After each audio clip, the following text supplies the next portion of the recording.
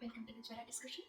We have seen Roga Parchaya, Roga Adhisthana, and Roga Prabhava, and also some of the classifications, which is Jwara Bheda, twofold classification depending on Vidhi Bheda, it is Sharira and Manasa, and then Saumya Agneya, depending on the nature, it is cold and hot, and Antarveka, Bahirveka, which is Antarveka is internal and external is Bahirveka, and also Prakruta, Vaikruta, seasonal, and not seasonal, unseasonal, Prakruta, Vaikruta, and Sadhya, Asadhya, depending on the curability. These are twofold Jwara Bhedas, and we also saw Panchavidha, depending on the strength, Bala Kala, Rogi Bala, and Roga Bala, and the Kala, this, and strength and time. It is Santata, Satataha, Anitaka, and Tritiyaka, and Chaturthaka. So we discussed where it occurs, and Rasa, Rakta, Mamsa, Meda, and all. Santata, when it happens, how long it stays. We discussed on those. And there are two corrections. I was not sure what to say about Gambhira in Tritiyaka Jwara. Gambhira is when we don't know about the disease, whether it happened because of Vata dosha, or Pitta dosha, or Kapha dosha, then it's called Gambhira. And also in Chaturthaka Jwara, Vata expresses in Shira and Kapha expresses in thighs. I was not sure. Janga, I told us pelvic region, but Kati pelvic region, but it is in the thighs. So those are two corrections. My apologies for that. And now we can discuss about Dhatukata Jwara. This is 7 types. Dhatukata Jwaras are 7 types. How do we know what are the symptoms or lakshanas we can see if it is in rasa? If Jwara information or fever or temperature is in Rakta, Jwara lakshanas, what can we see? So those kind of things we can discuss. So as you know, Rasa Rakta Rasa Raktasrita is Sadhya. So when it out of 7 dhatus, Rasa and Rakta are treatable. Rasa and Rakta Jwaras are treatable.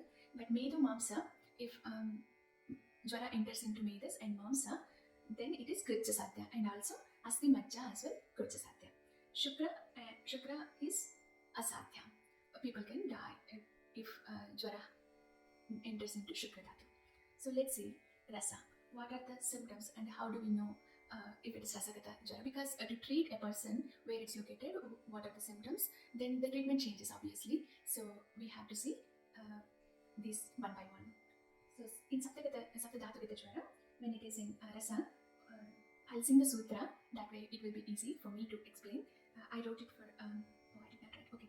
I can tell what are all these, but to save the time, like I think I wrote on Mamsa and Meda, in English as well, the terms.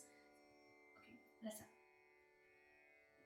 Gurutvam Dhaityamudvegaha Sadanam Chattarojako Rasasthite Pahistapaha Sangamarto Vitrumbanam. Gurutvam Dainyamudvegaha Sadanam Chattarojako. Gurutvam Dainyam Udvegaha Sadanam Charita Arojako.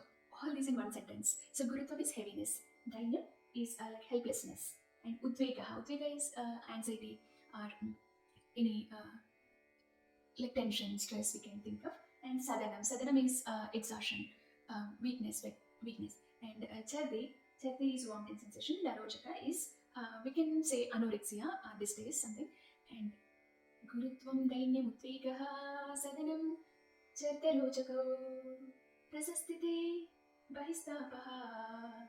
Rasasthite, when rasa, these lakshanas when it is in rasa, and then Bahistapaha Sangamarto Vitrumbanam. So Bahistapa is externally we feel hot and temperature, and Angamarta is body pains, and Vitrumbanam is yawning. So these are the symptoms in rasa. Dhatukata Jwara. One more time the sutra.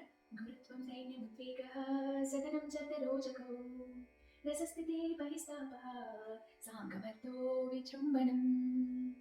Okay, now let's see Rakta.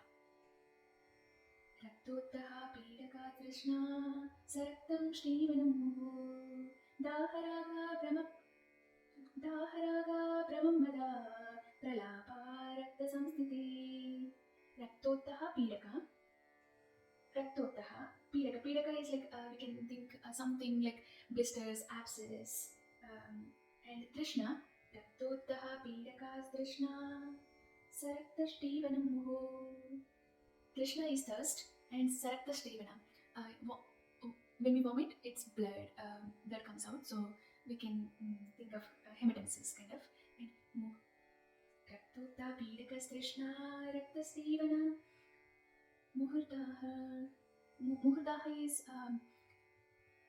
frequent thirst, and then raga is redness, and brahma is brahma mada pralapa rakta samsthiti. Brahma is giddiness, mada is intoxication, and pralapa is delirium. These are the symptoms of rakta. Sutavana raktutaha pidaka trishna saraktam svivanam daharaga brahma mada pralapa rakta samsthiti.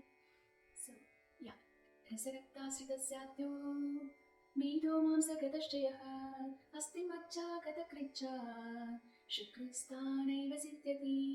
So if it is shukra, it's uncurable, and if it is in medho mamsa asti majja, it's kricha satya, hard to treat, and rasarakta is easy to treat. Let's see mamsa now. Mamsa. Antardaha शत्रुन्मोहः संज्ञाने सृष्टवित्कटा धौर्गन्ध्यं गात्रविक्षेपो ज्वरे मांसस्थिते भवेत्. अन्तर्दाहः and तृन्मोहः. अन्तर्दाहः शत्रुन्मोहः संज्ञाने सृष्टवित्कटा धौर्गन्ध्यं गात्रविक्षेपो मांसस्थिते भवेत्. So antardaha is inner thirst, and trunmoha.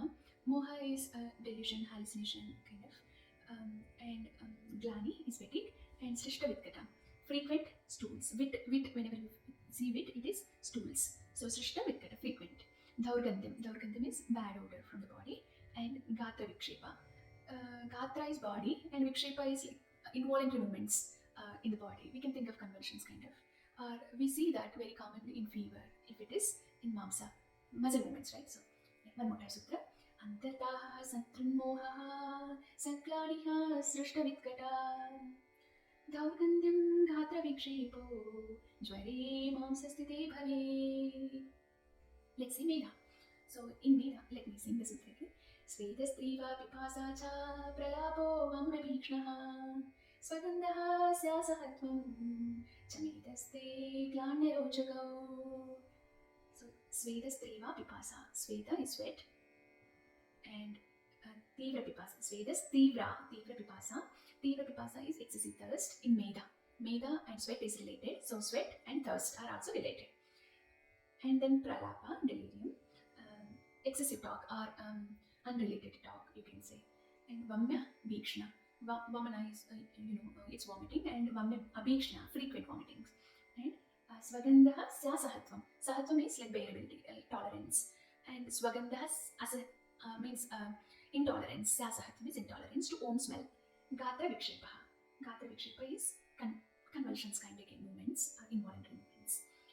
So sutra again. Svedastivraha pipasa cha pralapo vamyabhikshnaha swagandhaha syasahatvam chamedaste glanirojakau.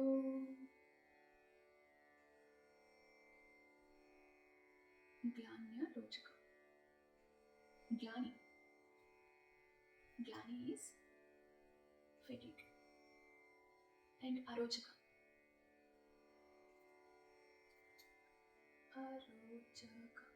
Arochaka is distaste in the mouth or anorexia. Okay. Now let's see Asti. Let me sing the sutra. Virikavamane chobe, virikavamane chobe, virikavamane chobe. Sasti bedam prakujanam. Sasti bedam prakujanam. Vikshepanam cha gatranam. Shvasaha sachasti gate jware. So sa astigata jwara, in astigata jwara.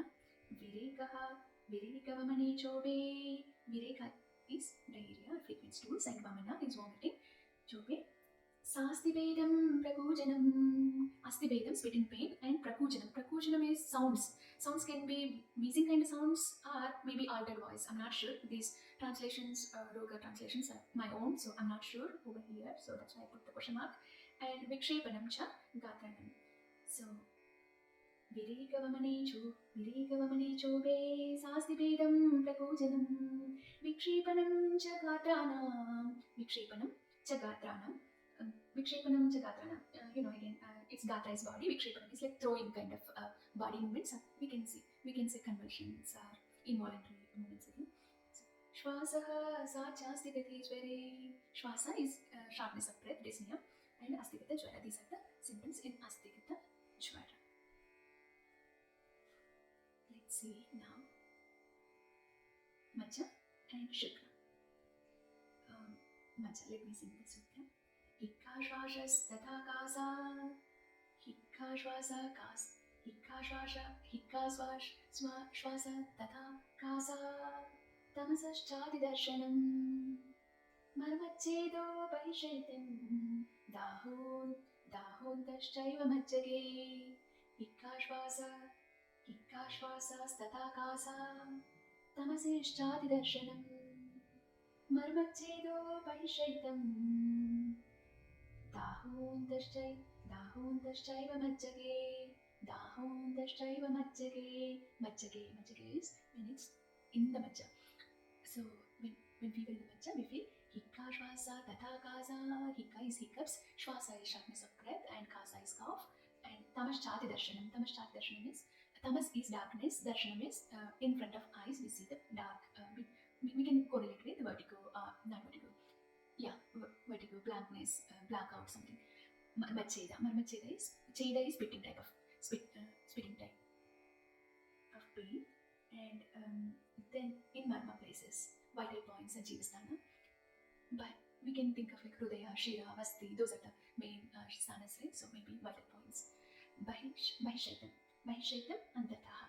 At the same time, we feel temperature outside, and inside it's kind of burning. Can be ulcers, blisters, anything like in cellular level. These are the majja. So what are the symptoms? They are related with majja, related with mostly kind of respiratory things like hikka, shvasa, kasa, then even blackout, and marmacheda, pain in vital points, and internal and external hot and cold. So Shukra. Shukra is asadya, right? So why it asadya? Because Shukra is rejuvenation. We will not be having rejuvenation and life ends there when fever enters into Shukra. So what is the sutra? Shukrasthana-gate shukramoksham krutva vinashacha pranavayavagni somaischa sartham gacchatvasau vibhu. Shukrasthana-gate shukramoksham. Shukrasthana-gate, when it is shukragata, jwara, then what happens? Shukramoksham. Excessive discharge, uncontrolled. We can correlate with stomatory or something. And then Kritva Vinashacha. Kritva is action, and Vinashacha. Vinashacha means the destruction of the more seven. And then Prana Vayavagni Somascha Satam Gacchatvasam. Prana Vayavagni Somascha. Prana, prana, and Vayu, and Agni, and Soma. Soma we can think of ojas or sometimes water. Somascha Gacchati. Gacchati releases from the body. Like that way will be part of the universe. So prana leaves the body. So this is Shukragata Jwara. So yeah, we have seen Dhatukata Jwara. Now we'll think about Ashtavidha Jwara.